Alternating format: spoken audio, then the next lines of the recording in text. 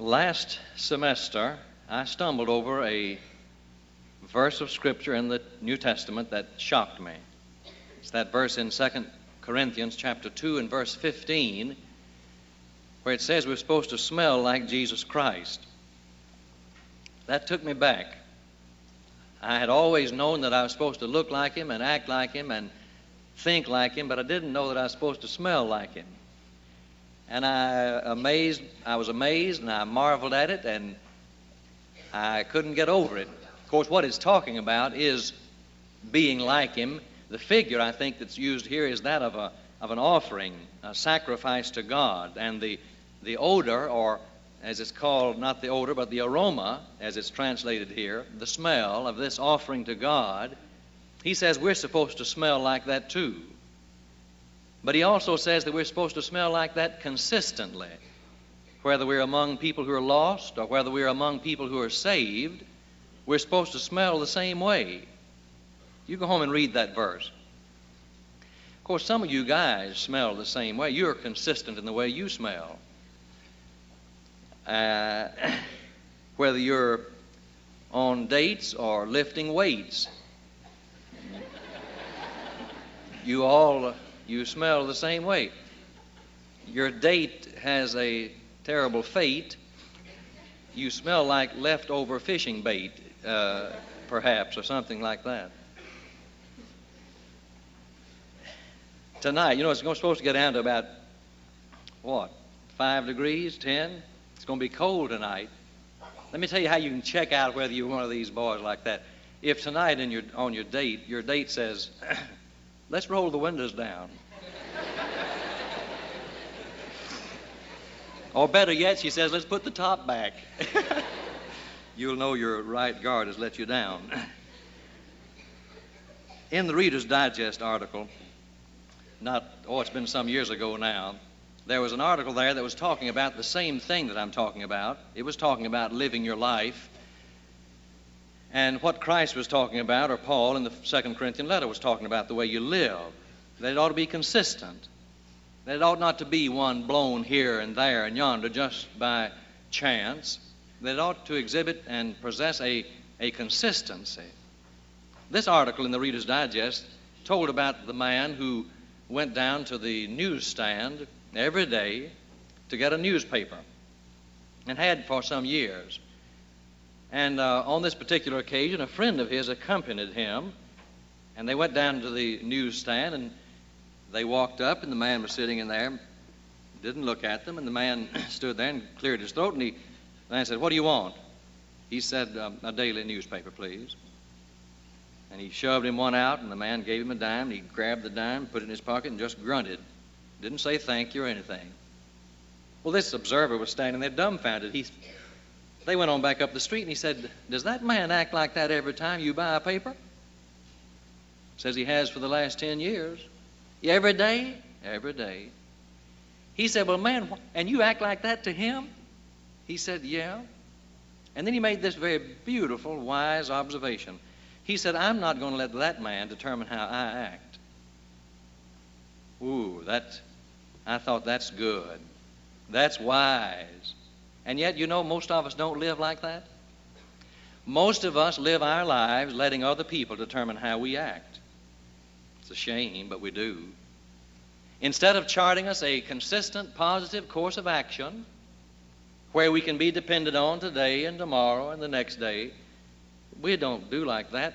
We allow whoever is with us to determine pretty well how we act. And it's a shame that our lives are blown about from one place to the other. If you don't believe that's true, you look at yourself. Listen, this is your battle right now, not what is going to be next month. You're locked into this very fierce battle right now. Many of you have gone home, in fact, most all of you went home over the holidays. Last Wednesday night, I believe it was, one of the young men came forward and said, "I was disappointed in the way that I acted while I was at home." He said, "I went back to my old way of doing." And he probably spoke for more than just himself. He probably spoke for many of you who, upon going back to your old acquaintances, your old associations, your old environment, You started acting like your old self before you came to know Jesus Christ. And he was disappointed in himself. Many of you are going to be caught up and you're going to be sucked in this very semester here. And I'm directing this to, I'm not just directing it to the teenagers either, to the students. I'm talking to the students because now is about the only time you can do anything about changing it.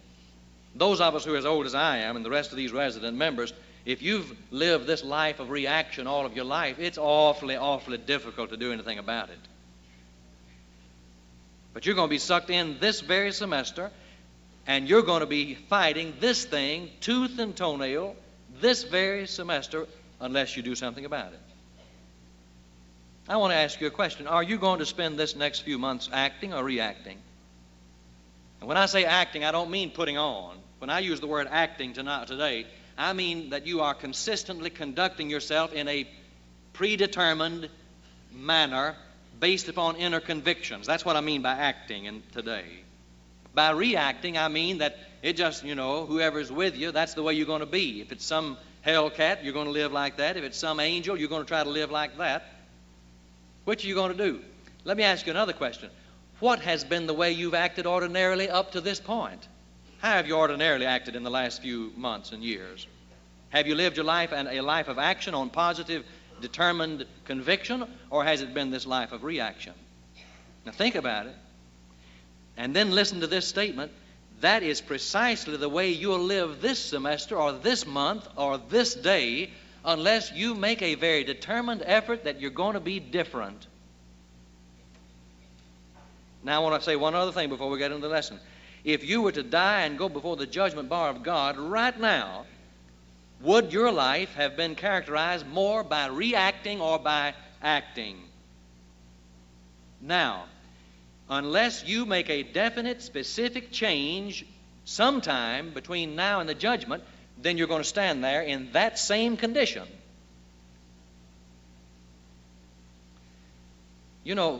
Animals react. Animals act on or react on the basis of instinct. And we don't think it's strange. In the wild state, you can see it. When they're hungry, they eat. When they are lustful, they breed.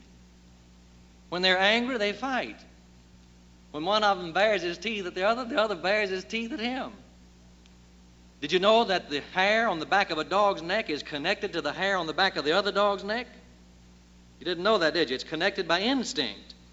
And when a dog sees another dog bristle, you know what happens to the hair on the back of his neck? His hair bristles. He doesn't have to say, all right, it's time for the hair to bristle. He just lets it bristle. It just does it because he does it by instinct. He reacts. And when one cat pssts at another cat, that other cat pssts back at him. That's just the way they do. But you know what? You do about the same way. You laughed at those cats.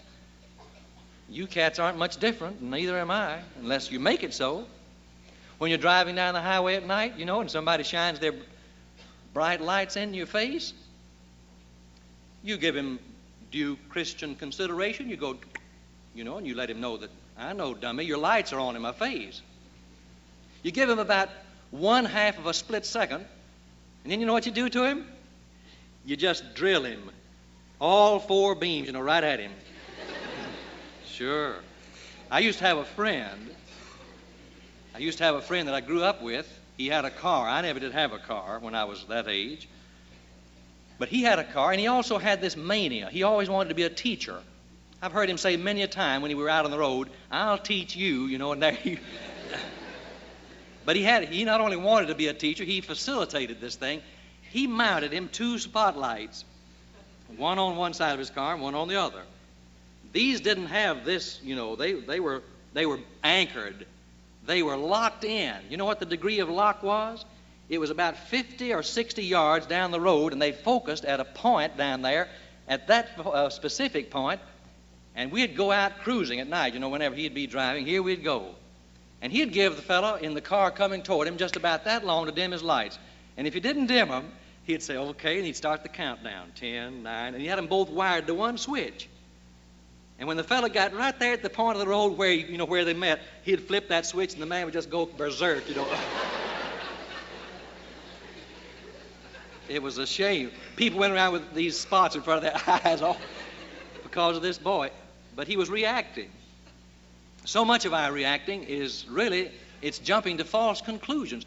If we could always react in a proper way, that'd be one thing, but we don't always do that if your life is built on reaction.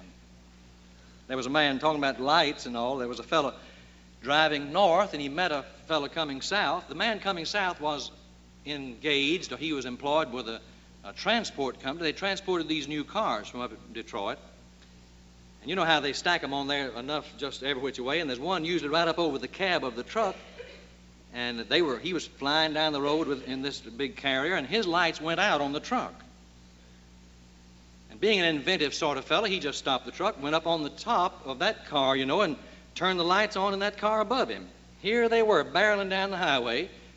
Boy, in a few minutes, one fellow jumped off the road, and his car went over the ditch, and he hit a fence and went through it, and he finally came to rest at a tree and stomped against that tree, and the thing was smoking and steaming, and the man stopped the truck, and he went over there and said, "Man, what's the matter with you?" He said, "Are you the one driving that thing?" He said, "Yeah." He said, "Well, I figured if you was as wide as you was high, I didn't have a chance."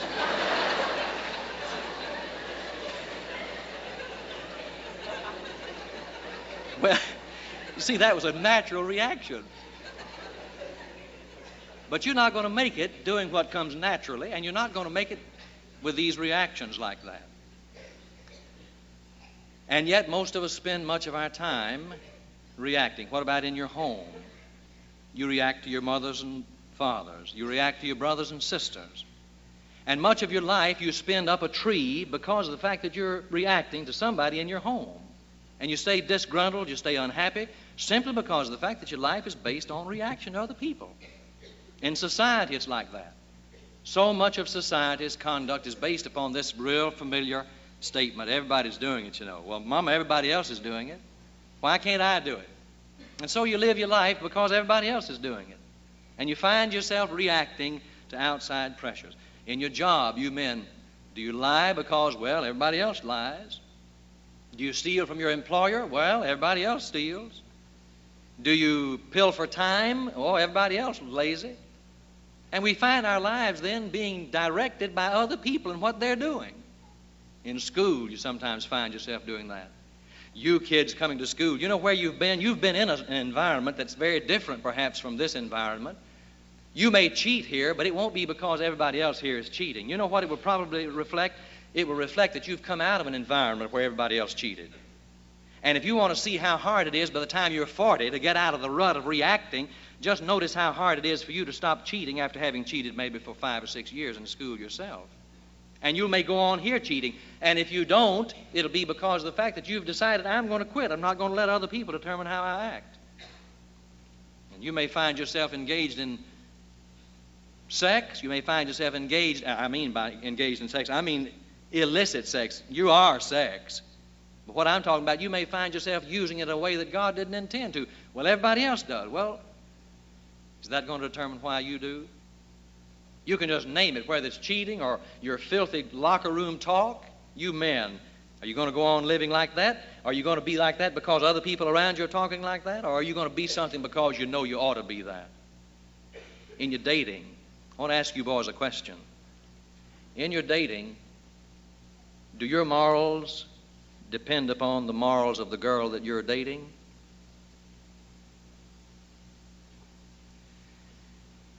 If she's a loose, promiscuous type person, are your morals regulated by her looseness? Or are you going to do what you ought to do regardless of who it is you're dating? Think about it. Okay, you say, all right, I agree. Most of my life has been determined by other people. I see now that I've lived a life of reaction. But you say, how can I then turn it around and live a life of definite, constant, consistent, positive action? How can I do it? Well, you do it the same way that a ship's captain keeps his ship on course. He keeps his eye on that compass. Or he keeps his eye on the North Star. This reading that you read a minute ago, Lot, that thing was exactly what I should have used that as an illustration the last hour. Those men got where they were going because they kept their eye on the star, didn't they? And if you get your ship to where it's going, if you get it into the port where it needs to be going, you're going to have to keep your eye on the star. That star is Jesus Christ. by looking at him, and the Hebrew writer says this, that we ought to look at him. Looking to Jesus, the author and finisher of our faith, who for the joy that was set before him endured the cross, despising the shame, and has sat down at the right hand of the throne of God. This is our star. He's our northern star. He's my compass. He's what keeps us steady. There are two things I want you to notice very briefly about his life. This is one of the reasons, or two of the reasons, why I think he had such a fantastically successful life. He lived a perfect life. Number one, I read in his life that he lived a life of consistent, positive goodness. In Acts, the 10th chapter, Simon Peter sums it up in verse 38 when he says that Jesus Christ went about doing good. He went about doing good.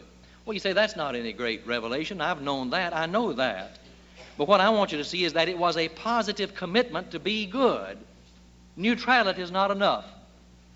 And if you've come here this year thinking that you're just going to be neutral, you've got a big surprise in store. You know, you don't want to appear too bad. You don't want to get kicked out. And you don't want to be too good, though. Back in the book of Ecclesiastes, by the way, isn't that what Solomon said there when he said, I know the answer? When he looked at those who were bad and looked at those who were good and how that he got in trouble, it seems, both ways. He said, I'll just straddle the fence. You can't do that. Neutrality is not enough to produce a really positive morality. Jesus went about doing good. Jesus told a parable once about a man who cleaned out his house. Jesus was always using houses to stand for lives. What he really meant was he was really talking about lives.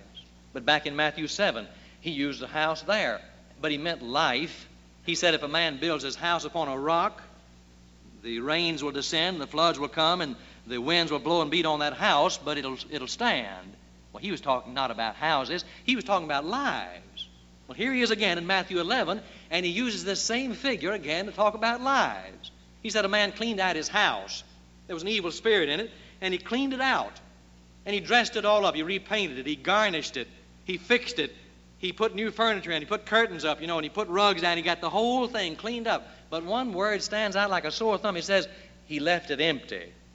It was empty. Oh, the evil spirit got out of there. Sure, he got kicked out. He got evicted. But he went out trying to find another place to live and couldn't find it. Housing was hard to find back there. It says he went over the waterless places seeking a place to stay, and he couldn't find it. And he thought, well, I'll go back and check. So sure enough, he went back and checked his old house. And he found it. Man, it was cleaned up. Everything was spotless, just right, and he wasn't anybody in it. He said, I'll just go out and get me 7 of my friends. He went out and got 7 more of his buddies. They were worse than he was. All 8 of them came in and loaded down on that house, and they just made a mess out of it. Jesus said the last state of that man was worse than the first. You know what was the problem? He tried to face it neutrally. He tried to get in neutral gear. Jesus says you can't do it.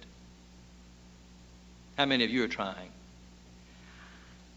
I do believe that one of the most disastrous approaches to life is this thing of trying to approach it neutrally. To where when somebody meets you, and they've lived around you or worked around you, then someone later on says, he was a Christian. And the fellow says, well, I didn't know he was a Christian. Neutral. Jesus refused to live that kind of a life. Second thing was this. He refused to do defensive battling. He refused to do defensive battling. But that's about all many of us know. I'm a gardener, but I do defensive gardening. I wait until the grass and the weeds, are just about ready to envelop me. And if there were any man-eaters, I would have been gone a long time ago. Here they are, and I wait till all the leaves. You can go down to the house now. The leaves are there. I'm going to get them some of these days. But I do it defensively. Whenever I think that I can't get in and my neighbors are going to get lost coming to see me, I get that sword out, and I cut all that grass and all those weeds down, and it looks pretty good for a while until it becomes actually a safety factor before I ever get out the tweezers or the clippers again. Tweezers. You can't get mine with tweezers. They have to be clippers. But we do battling like that against sin. We watch Satan take off, back when it was customary to challenge to a duel. You've seen the old fellow, he comes and takes off his glove very premeditatedly. He gets it off and he slaps the fellow in the face. We watch Satan take off his glove. We say, I believe he's going to take off his glove. And then we watch him take it off, and then he slaps us in the face. And not only does he slap us and challenge us, but he determines where we're going to fight. He determines what we're going to fight with, and He determines when we're going to fight. And all we do is just stand there and say, yes, sir, yes, sir, yes, sir. And we do this defensive battling. He thrusts whatever He wants us to have in our hand to do the battle with, and then He gets us in His favorite position. He gets us in a corner. And so we stand there and fight for dear life trying to get Him off our backs. Well, that's not the way you live a successful Christian life. Jesus refused to do that kind of battling. Jesus was one who insisted on fighting in the offensive. In 1 Peter 2:22 and 23, it says there that He did no sin. Neither was there any guile found in His mouth. Who, when He was reviled, He didn't revile in return. And when He suffered, He didn't threaten. But He committed Himself to Him who judges righteously. You see what it says? Look, it says that He didn't do two things. When He was threatened, He didn't threaten back. Or when He was reviled, He didn't revile back. When He suffered, He didn't threaten. Well, that's just negative. Isn't that reacting? Well, kinda. Except for one thing. It says that He committed Himself. Now, that's positive. That's an outright positive commitment. He committed Himself to Him that judges righteously. And you're going to have to do the same thing if you're successful. In Hebrews, the 4th chapter, in verse about 15, it speaks of this magnificent life that He lived. And in Hebrews, again, that same verse, Hebrews 4:15, we find there the wow. When I read that passage where it says that He was tempted in all points like we are, yet without sin, all I can do is stand back and say, wow, wow, what a life. But in Matthew 4:1 through 11, you don't have just the wow, you have the how. In those few verses in Matthew 4:1 through 11, you find out the how that He lived this great, successful, consistent, good life. You know how He did it? You know, I've already spoken to you about it, and Terry's talked to you about it. He did it through being full of the Word of God.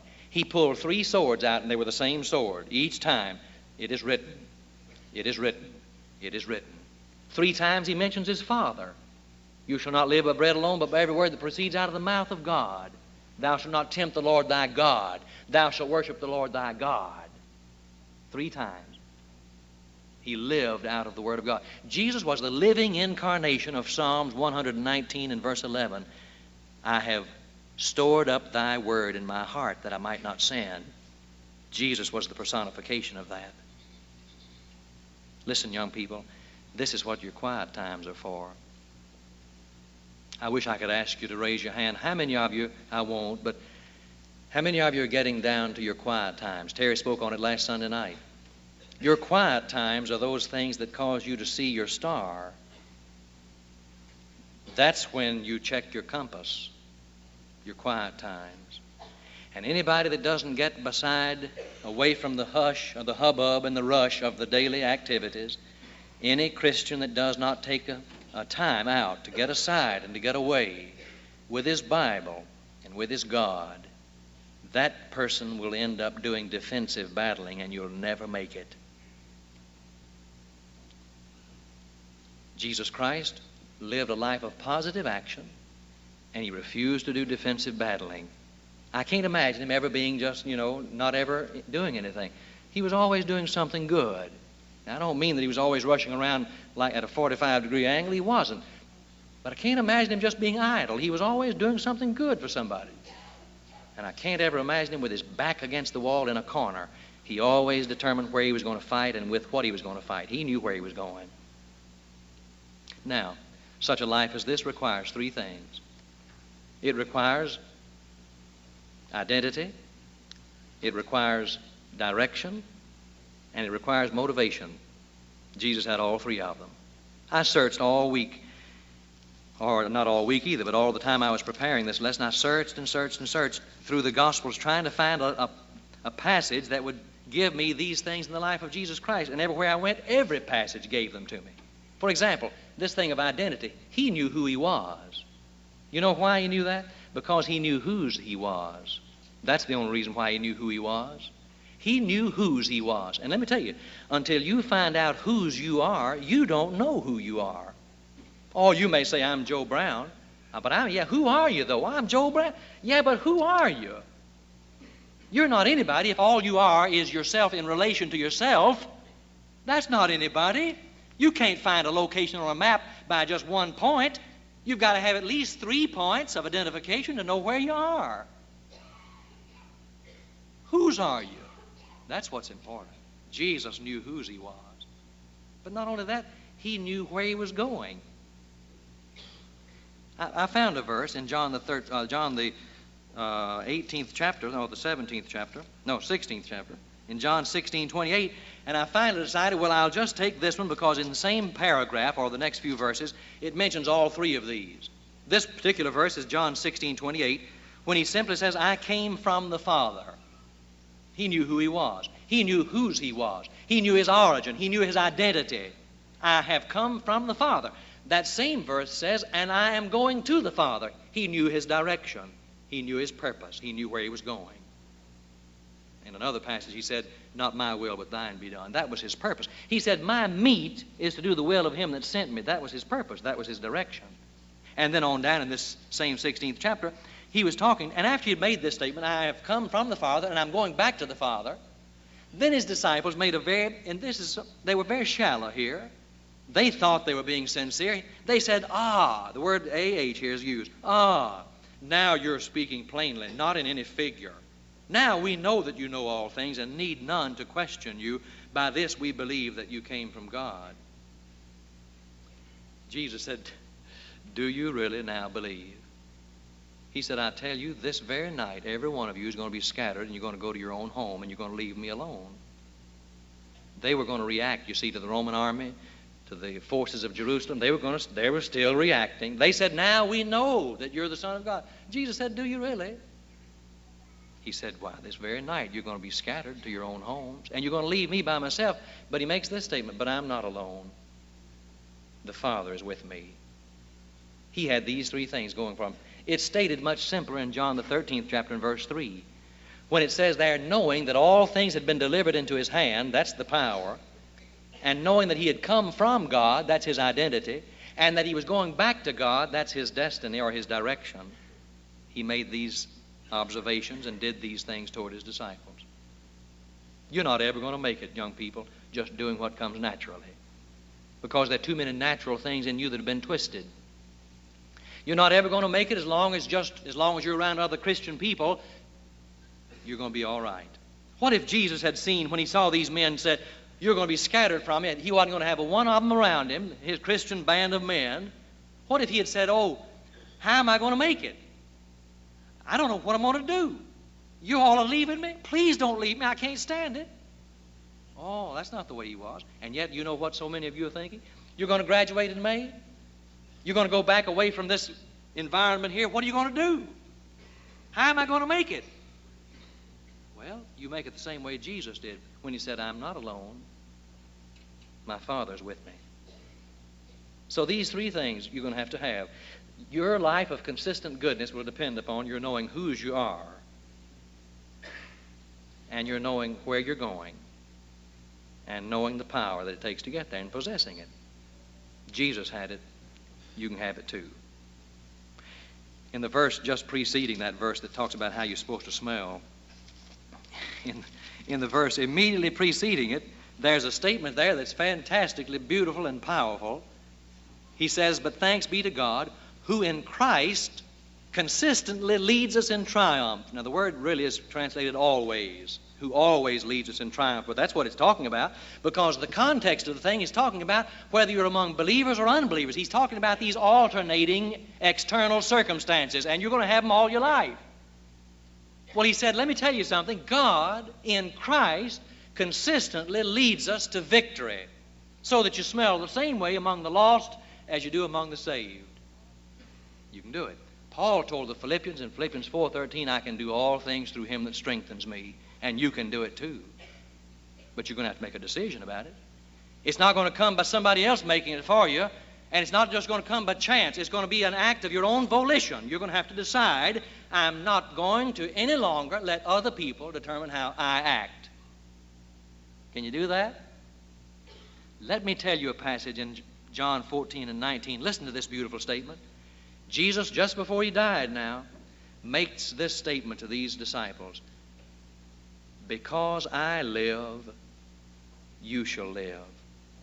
Because I live, you shall live. Your power is connected to Jesus Christ. He says you have nothing in yourself. If you don't abide in the vine, you're going to die. Apart from me, you can do nothing. But he says, if you will abide in me, then you'll bear much fruit. Yes, you can. Now listen, this is the beginning of a new year. Don't muff this year. You may not have another one. This is the beginning of a new day, for that matter. Don't muff it. You may not have another one. Will you be content to just go on living like other people press you to live? Or will you be finally God's man? And will you be finally the one who will follow Jesus Christ because it's right? Not because you're in an environment that's conducive to it, not because you've got a roommate that's encouraging, but just simply because of the fact that I'm going to do what's right because I want to do what's right. This is your chance. You may need to become a Christian. I don't know. You may never have struck out on this path of positive, decisive action following Jesus Christ. If you're determined enough in your faith that you want to follow Him, come what may, then come and confess that faith in Him and be baptized into Him. That's your beginning point. You're raised to walk this new life then. But the majority of us here are already Christians.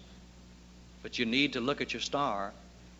You need to look at Jesus Christ and get your eye on Him. That's the only way you're ever going to live a consistent Christian life. Are you ready? This is the beginning of a new year. Let's start off right. And you may need to make a statement publicly or express your faith publicly. And we hope that you will right now while we stand and sing.